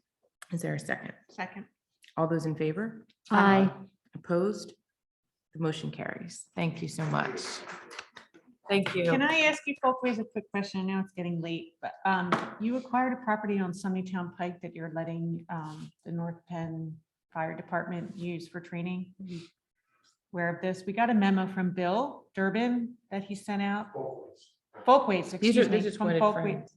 Well. Is we anyone have a from Folkways guy here? right there, right? Are you familiar? I'm interested in what property exactly This isn't that really you on just the agenda, purchased though. that you're letting. My name is Neil Trueblood, and I'm on board with Folkways, and there's property that we acquired fronting on Sumney Town Pike at the entrance, the Sumney Town Pike entrance. It's been Oh. sitting there derelict for years, and it's a stone structure. People might remember there's maybe 30 trees that were cut down in the front yard and stumps left forever. Anyway, that property has been acquired by Folkways. And I think the proposal relates to having a practice Yes. on that, because the Mhm. intention is to demolish that. Right, So, Right. Yeah, okay. so, yeah, it would be a good, Just wasn't sure which property along Yeah, Sumney Town Pike. yeah, that's so, the one. And yeah, so, no worries. yeah, the objective is to really clean up that entrance, both sides of that. Folkways Mhm. now owns the other side where there's the derelict foundation and orange fencing that's been there for years, and acquired the next property up. So that whole stretch and the entrance will look a lot better in the next year. Great, So, and if I may, just Terrific. a point of history about this Gwinnett Meeting property. This work that PennDOT's been working on has been 30 years in the making. And there's been discussion, and it's because of the historic graveyard, Mhm. there was just a real reticence to enter the property, to do anything there. And so part of PennDOT's effort was to do a archaeological research. So we found an old building, which was neat, foundation, but we were clear of any graves that we were fearful might be in that zone. So the effort, I mean, it was a bus stop, but there was just no space. It was absolutely dangerous, and it was almost worse than nothing. So I think this will be a big step, and PennDOT and JDM, the contractors, have been really helpful to try to work this out, knowing that they can't touch the historic area. So we had to do some things ourselves to get it set up. Anyway, we're happy that to work with the township to get it to the next level, because it'll really be a big improvement. And we're hoping Folkways residents and employees will really take advantage of it. It's part of our program to try to get new employees for Folkways that will take the public transportation. And we've had residents for years unable to use it. So thank you very much. Thank you. I mean, with gas prices, we all might be doing that. But thank you so much. Next up is the authorization to advertise for restricted turn movements on Brookside and Penn Ambler Road. So there's a speeding issue in our township. I think that has been brought to our attention in many different ways and in various iterations. Our police chief has taken on, I guess, the task of trying to figure out ways to mitigate speeding and to reduce it. I think with some of the change and then the upgrade to Ambler Yards, which we're all ecstatic about, has resulted in Brookside Avenue becoming kind of like a cut through, which kind of died down through the pandemic. But as the pandemic is somewhat shifting in its current landscape, people are returning to work and working in person, and there's been increased traffic on Brookside Avenue. So at the recommendation of our police chief, one of the suggested ways to kind of mitigate some of that traffic and some of that speeding is the inability to use Brookside as a cut through, just a straight shot across Penn Ambler Road to Ambler Yards. So the signage would be at the end of Brookside and Spring Garden, indicating that you have to turn left or right, as well as at night in Brookside, indicating that there's no through traffic to Ambler Yards.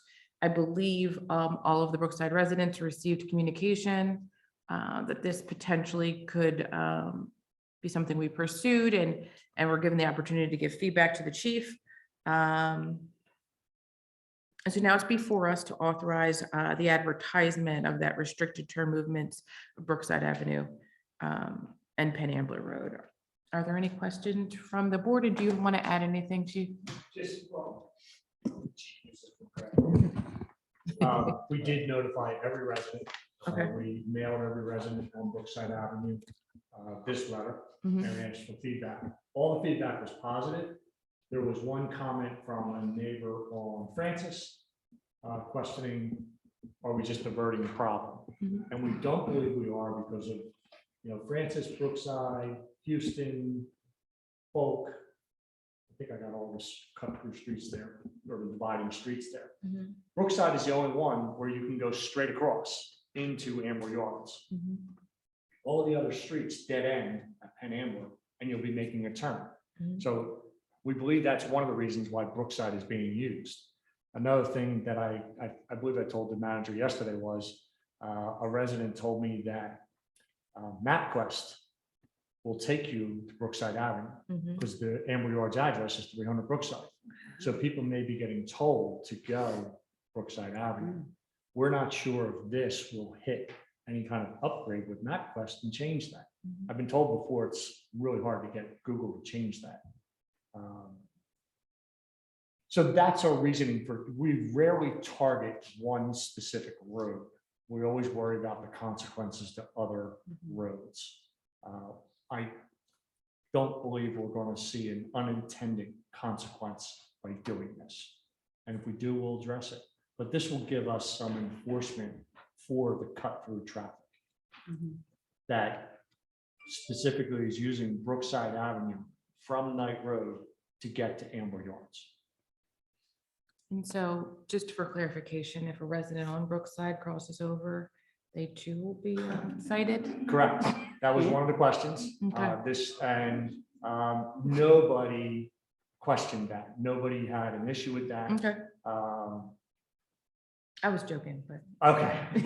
If you live on Brookside, you're walking to Ambler Yards, right? If we get a crosswalk. Exactly. there, Most people maybe are one walking day. that, But that is a very good question, because we have John's Lane, everybody always thinks they're exempt. The vehicle code doesn't exempt anybody. The vehicle code is what it is. It's for everybody. Okay. That's a good point of clarification. Yep. So the big thing was now, I want everybody to know, every tax billing address on Brookside Avenue received this notice. Okay. Probably about a half a dozen people responded with all positive. Okay. Are there any additional questions from the board? No, I'm glad to see that that this problem, which has been going on for a good while, as we've all been made aware, is being addressed in this way. It seems like a reasonable response. Any additional questions or comments from the board? Comments from the public? I don't see any online. No. See any? Okay. Given that, so this is just to authorize the advertisement of the restricted turn movements on Brookside and Penn Ambler Road. I'll make a motion to authorize this advertisement. Is there a second? Second. All those in favor? Aye. Opposed? Motion carries. Thank you so much. Next up is the authorization to purchase 4 new Bird Town signs in addition to the 2 signs provided to update our existing Bird Town signage. I don't know if a member of the EAC wants to talk about it or. Lisa Brown's online. Oh, Lisa? So Can basically. you- Oh, go can you- ahead. Sure. So the original bird town signs that are in place now were used the logo of the National or Pennsylvania Audubon Society, and they're no longer supporting the Bird Town initiative that's been taken over by Bird Town, Mid-Atlantic Bird Town, who can't no longer use the Audubon logo. So they've developed their own, which is very similar, but we're required to remove the sign that we have already with the old logo. They will provide 2 replacement signs for us at no cost. And we would want to purchase 4 more, 2 more to replace the other 2 that are already established, and 2 more to put at other entrances to the community. We have way more than 4 entrances to the community, which could benefit from signs, but for now, we would like a total of 6, including 2 at no cost.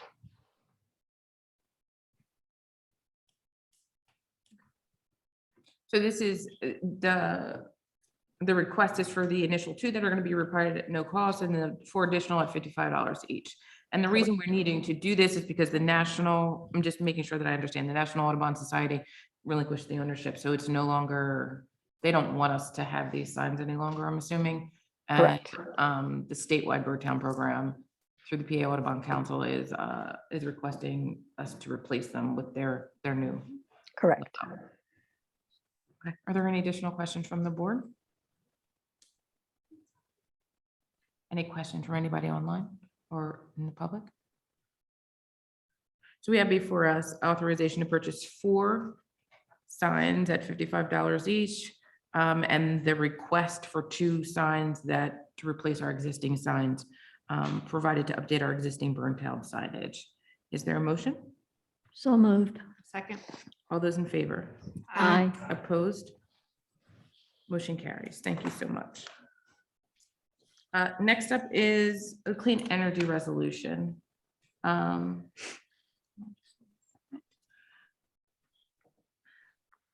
the EAC has made a recommendation, the adoption of the clean energy resolution that was attached. The EAC developed and approved the language at their special meeting on June 14th. And it included some modifications from the original template, but no substantive changes regarding the frames or the goals. So attached is the resolution that kind of walks through all the various whereases, identifying the benchmarks of us reducing CO2 emissions by 45% by 2030 relative to the 2010 levels, and identifying the historic nature of the establishment of the clean energy resolution, as well as ready for 100% clean electricity by 2035 and 100% clean energy for heating, transportation, landscaping, and public works equipment by 2050. I think that the entirety of the resolution is before everyone. Are there any questions from the board? I just have a few comments, if I may. You mentioned the whereases, which are basically the presuppositions upon which we propose to take this action. And I do take issue with a number of these presuppositions. We can start with climate change is a global long-term threat to civilization and Earth's living ecosystems. That's based as a conclusion, whereas the science behind that is debatable and questioned and not settled, as is with the next presupposition, which is more frequent and extreme weather events will become commonplace. Another conclusion that actually there are arguments out there that over a longer measurable period, these extreme weather events are actually becoming less. And that refers to hurricanes, tornadoes, rising sea levels, et cetera, et cetera. The major contributor to climate change is the man-made use of fossil fuels. I don't think there's actually a scientific way to measure that. And there's plenty of debate out there whether that is in fact the case. I don't think there's a question that climate change exists. I think the real question is it attributable to man-made use of fossil fuels? That is not settled science. There's a lot of debate around that. You know, you're sitting next to a scientist, right? Yeah, I do. Yeah, I just have a few more things to say. Okay. There's a lot of scientists that have a lot to say about this, and I am not a scientist, but I know enough to know that it's not settled science. Consensus is not science. And there's mention of Governor Wolf wanting to enter the RGGI. That is a very controversial move too, namely whether he has the constitutional authority to do that. He wants to do that predicated upon this, the DEP's Pennsylvania Climate Action Plan of 2021, which is another presupposition. The models, the climate analyses, the presumptions, et cetera, of that action plan have come into a lot of question. So I just can't agree with the presuppositions on acting on this. I do agree that Lower Gwinnett Township has demonstrated a commitment on our own without adopting a template from Ready for 100. And I think they have action steps to implement this commitment that this resolution is. I don't think that we need the prodding or the template from a national activist club to continue to do what we have been doing, as is indicating here, as we update our lighting, heat pumps, water heaters, HVAC, the charging stations. We're going to be replacing cars. I mean, we can continue with our energy audits, do it in a very tailored way in Lower Gwinnett Township. That is how I would like to proceed. Because, you know, these numbers, 100% clean electricity by 2035, 100% clean energy for heating, landscaping, public works by 2050.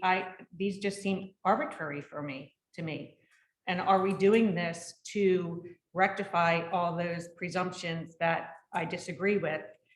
Are we able to attain those levels of clean energy at what pain, at what sacrifice? And if we do, does it really make a material difference? Does it's a good thing to have clean air and clean water, less pollution. I'm not disputing that, but a lot of this seems very arbitrary and also predicated on non-settled conclusions in the preamble to the ordinance or the resolution, excuse me. Are there any So additional, that's my comment. are there any additional comments or questions from the board? No.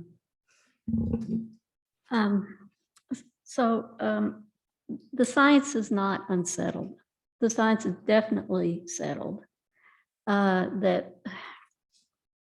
climate warming is happening there's overwhelming evidence, and I don't know what science you're talking about, but it's not fact-based science. This may be sounding like an aspirational effort, but I, as well as many people, think we don't have a choice but to act. And we need to act expeditiously to implement in any way we can remediation for using fossil fuels. So I'll just leave it at that. But thank you for your comments, Kathy. I think they're you're expressing a legitimate one side of the argument. I'm obviously on the other side. I think there's just Yeah, and I completely respect that. And I'm not, as I said, I'm not disputing climate change. I'm not disputing global warming. This isn't the first period in millennial of our existence, time immemorial, where there's been warming and there's been cooling. My dispute is that it's inevitably catastrophic. And this move to, at the state level, at our level, it just seems arbitrary and it's not supported. That's what I'm saying, just to clarify what I'm saying. I'm all for all the initiatives we've done up to this point, and I think that suffices. well, again, the evidence is overwhelming. If you look at the Earth's history, yes, there are episodes of cooling, episodes of warming, but we're really talking about right now in the next 100, 200 years. I just would disagree with your contention that it's unsettled science. It is. And if everyone, every community and every township tries to meet these same goals, I think that we'll go a long way toward our best remediation of the situation. And we should have done this 30 years ago when scientists first brought this, even before 30 years ago, but well, 30 years ago, we were claiming that the weather, it was cooling too much in the 1970s. And that model proved it went, the cooling, that's documented, that's data. And nothing ever came from that. And these models that they've used on these predictions that we've all heard over the years just don't come to fruition. So I'm not going to debate, I don't want to get in a debate with you. I hope I articulated myself clearly enough. I respect you, Tessie, but I just those wanted are my one point of comments. clarification. 30 years ago was the 1990s. Oh, well, thank you. 50 years ago. Well, she even said further. So yeah, 1970s, we were claiming it was getting too cold out. It was cooling too much. yeah, And that's when they changed it to climate change. But those are my comments. I'm ready for a vote. Well, I think we have to open it up if there are any comments from the public first. Going to come forward? I'm sorry, I don't know where the microphone is. Oh, Craig has it.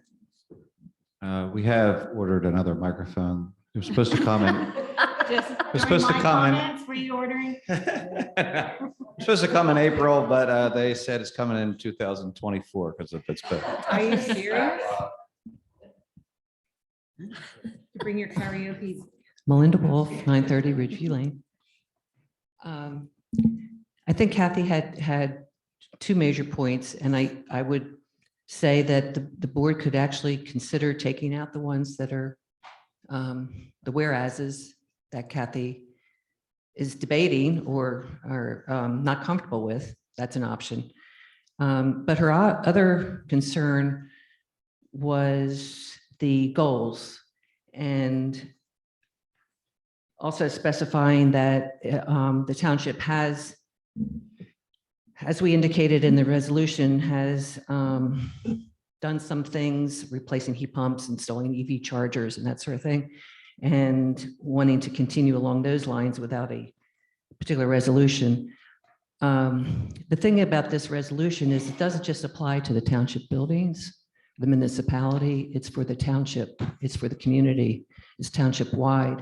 And I think the community I've heard from residents, because I actually had a focus group to talk about this resolution to see how they felt about it. And a couple of people said, we want to do the right thing. We do think that there is a problem, which you're acknowledging, and but we just don't know how, or we can't afford it, or we don't know where to start. And we look to the leaders of the township to help us, to guide us, to provide the information, to act as examples, to educate, all that sort of thing. So they're looking to the township leadership to help out in getting the whole township community-wide to reach these goals.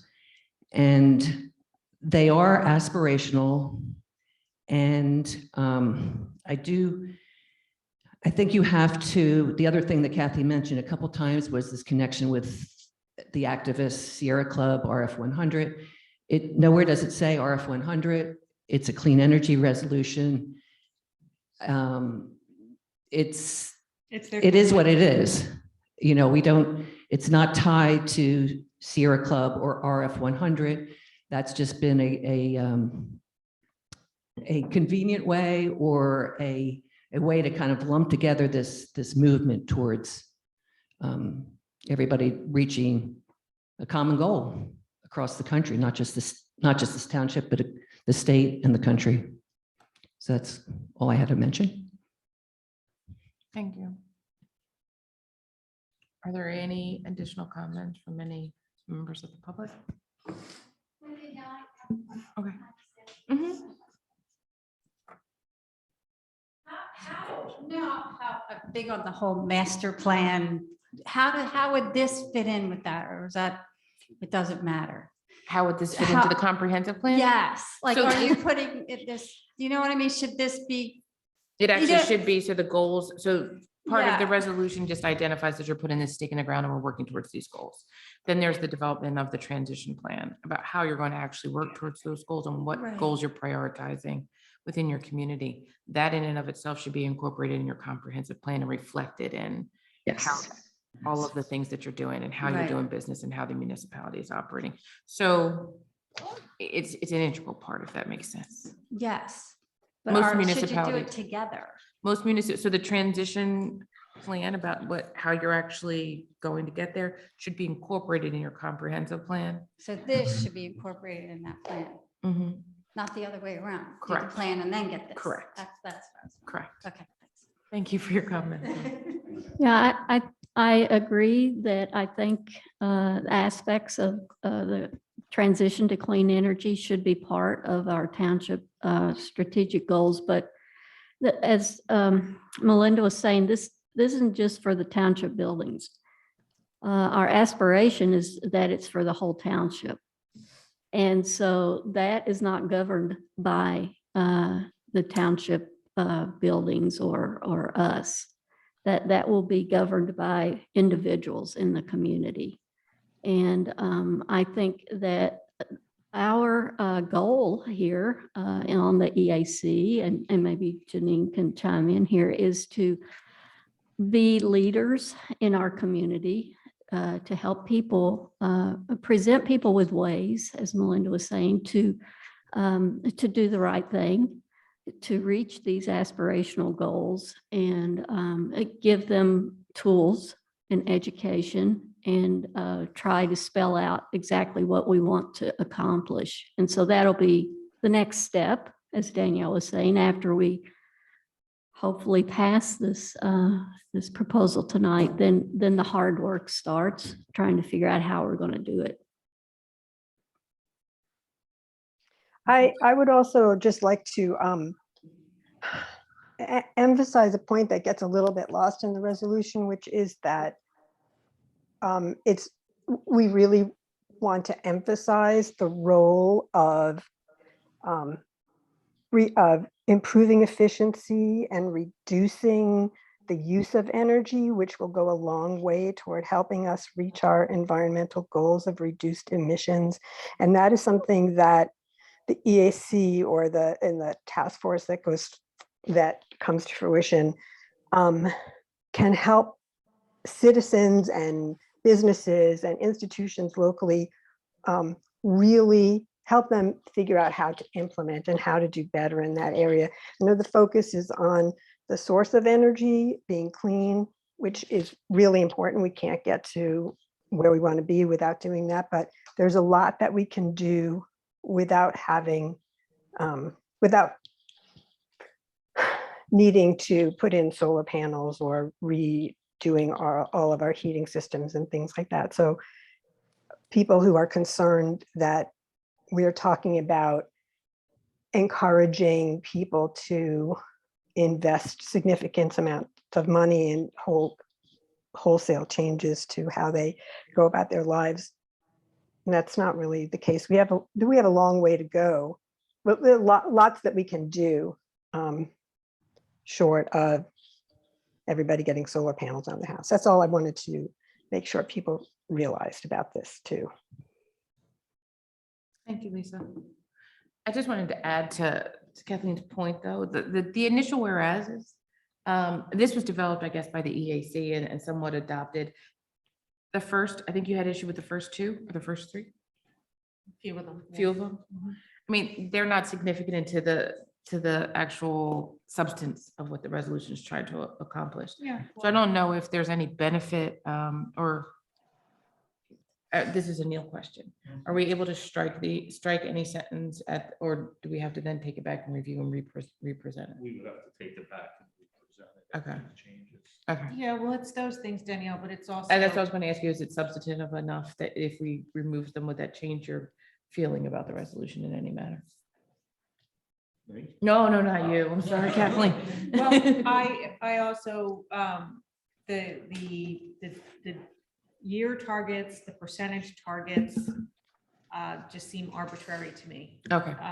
So there's more I- substantive issues than Yeah. just those first few. where- Yes, I mean, that's I what wanted to- agree with everything that Lisa just said, Mhm. but the aspirational goal seems like more of a commitment than it is aspiration. So this is like- just, so you know that this is just a resolution, and even if we put down the year 2024, it's just a resolution and we can't be bound by it. Yeah. The actual development of the transition plan, where we I do. actually identify what we're going to do, would be what we kind of holding ourselves to. Reaching towards the goals that are stated Okay. in the resolution. I just want Yeah. to make sure I just want to be clear. That's all. The dates are actually based on what the Science. worldwide guidance, I guess, from the Paris Climate Accords and what is commonly accepted by science IPCC, as not being the all dates scientists. we have to, yay. Did you hear about the Oregon petition? Oregon Petition No, I did not. I did signed not by know. over 30,000 scientists, geologists, climatologists, saying that there is not sufficient evidence and data to support man-made global warming. Okay. Look it up. Uh, It just goes to my point that it's not settled. So we'll agree to disagree on that. let's vote. Thank you, Danielle. No worries. Is there any additional comments from the public? Seeing none, I'm going to, I move to vote, I move to approve the resolution as is. you want to make a motion to approve the clean energy resolution as is? Yes. Is there a second? Second. All those in favor? Aye. Opposed? Nay. So the vote is 4-1 in approval of the clean energy resolution. Thank you so much. Next up is the authorization for the storm drain marking event on October 26th from 9:30 to 12 by the EAC and the purchase of the materials for the event. Outlined, I think, was a memo for one of the members of the EAC, Ms. Monahan, and I believe she outlined the things that needed to be purchased, as well as notification being sent to the high school regarding parking. Right. I'm sorry, Ree, I could not, hold on one second, I can't bring it up right now. Can you just scroll down a little bit, Jamie? The total, I'm just looking for the total amount, and it's not registering on mine. And it's just an estimate for the supplies. I can't imagine that it would be more than $75. You just need some supplies, scrub brushes, hand sanitizer, gloves for actually adhering the labels to the storm drains. And think- I wanted to point out too, the date that's on the agenda is incorrect. It's actually October 22nd, not the Saturday, 26th, the Saturday, October 22nd with the Correct, rain with the date. rain date for the 23rd. So let me just take that. Okay. So we're actually voting on the Saturday, October 22nd, storm drain marking event. I think there's a map that outlines where the storm drains are and where the activities would take place. So in the amount of not to proceed, and is that significant, not to exceed $75? Is that sufficient, I mean? Maybe can we round up? You want to just round it up to an amount not to exceed $100 for the storm marking event on October 22nd. Are there any questions from the board? None. Are there any questions from the public? Is there a motion? So moved. Second. All those in favor? Aye. Motion carries. Congratulations. Next up is the authorization to accept 2 Sunbolt charging stations at locations recommended by both the Park and Rec and the EAC committees. I don't know. I think my iPad's dying. So there was a recommendation for the 2 locations at Ingersoll, and the other one was Oxford Park, related to the purchase of the 2 Sunvolt charging stations. There was put forth a memo that outlined how Gilmore, and they kind of identified those 2 locations and the reasoning behind it. There's an agreement between the EAC and the Park and Rec board. All of that was included in the manager's report. Are there any questions from the board? Seeing none. But what do they charge? Like cell phones and that? Yeah, sort of stuff? it's like Yeah. a solar Right. thing. Or iPads. One's a or- picnic table and one's like just a charging Okay, right, station. I wasn't sure. So there's 2 different kinds and they're being donated, I Yep. assume? Mhm. We just have to pay for the electricity. There is a solar. Yeah, the sun, the sun. Sunvolt, yeah. There you go. The sun is the electricity. This is around my bedtime. There will be a maintenance agreement that we have to sign moving forward in case something happens to these. But we don't have the expertise to fix a solar panel, so. So the idea is for them to be located at Oxford Park, the Sunbolt Sprint, and the Ingersoll has the bigger like a campus, picnic extra table. large table. Correct. And so the recommendation was approved by both Park and Rec and the EAC for these 2 locations. Are there any additional questions? No, I'm good. Are there any additional I've been questions from any mocked other members of the board? No. No, are the questions of the public? Oh, go ahead, Melinda. Not a question, but a comment. You should sit a little closer, I Melinda. know, seriously.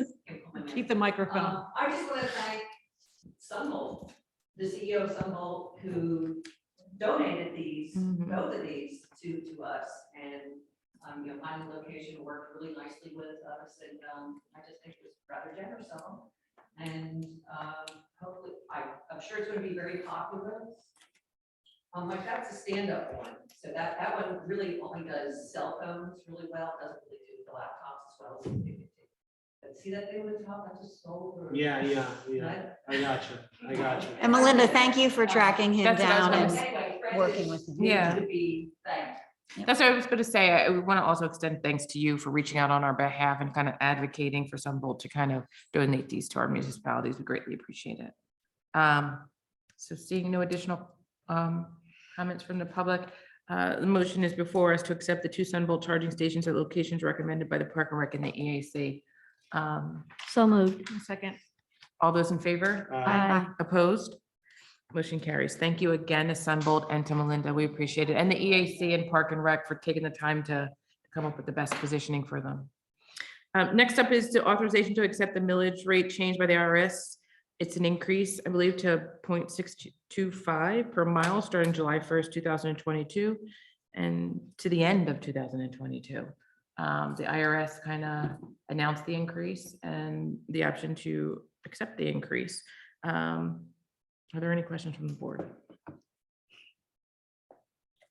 Seeing none, are there any questions from the public?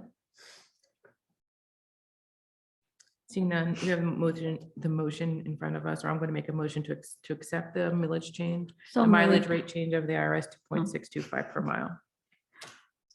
So moved. Second. All those in favor? Aye. Opposed? Motion carries. Thank you so much. So seeing as though we went through the EAC, Park and Rec, Historic, is there any additional EMS, or EMS, do you have a committee update or? We don't. We do No. not, okay. Okay, seeing none, is there public comment or anything that's not been on the agenda? Seeing none, managers report. Okay, real quick, the Pike Restaurant has been demolished. If you've been up and down Yes. Bethlehem Pike, so it looks a little different down there. They're still working on it though, but looks good. Kiwanis Carnival started tonight at Wissahickon High School. That'll go through Saturday. Fireworks are Friday night, starting at dusk. We will be advertising for replacement of 2 public works laborers, as we had 2 resignations within the month. So we will send that out. EAC is trying to set up a ramp cleanup on Saturday, July 16th. So look on the website for more information. They're just trying to gather some volunteers for that and to see if they can pull that off. And the township offices will be closed on Monday, July 4th for Independence Day. Thanks. Supervisor comments, Tessie? I just have to go first. So I'm really pleased with all the work that we accomplished tonight. I think the many people, volunteers in the community, as well as the township, have contributed to the accomplishments and the resolutions passed tonight. So I'm very pleased about all that. And that's all. Thank you. Thank you. Kathleen? Just enjoy your nice holiday weekend. Be safe. Thank you, Janine. Nothing else. Thanks. Mike? Nothing from me. Thank you. I just wanted to thank everybody who came out to the Juneteenth celebration, June 17th at Bethlehem Baptist Church. It was a good time. It was a wonderful celebration and we had a great weather. The fireworks rain date is in it the 2nd. I just wanted to make sure that we said that if it does rain, which I don't think it's going to on Friday, rain date is the 2nd. Hopefully we get it off on Friday. Yes. Yes, it is. So just wishing everybody a happy 4th of July. Make a motion to adjourn the meeting. Is there a second? Second. All those in favor? Aye. Meeting adjourned.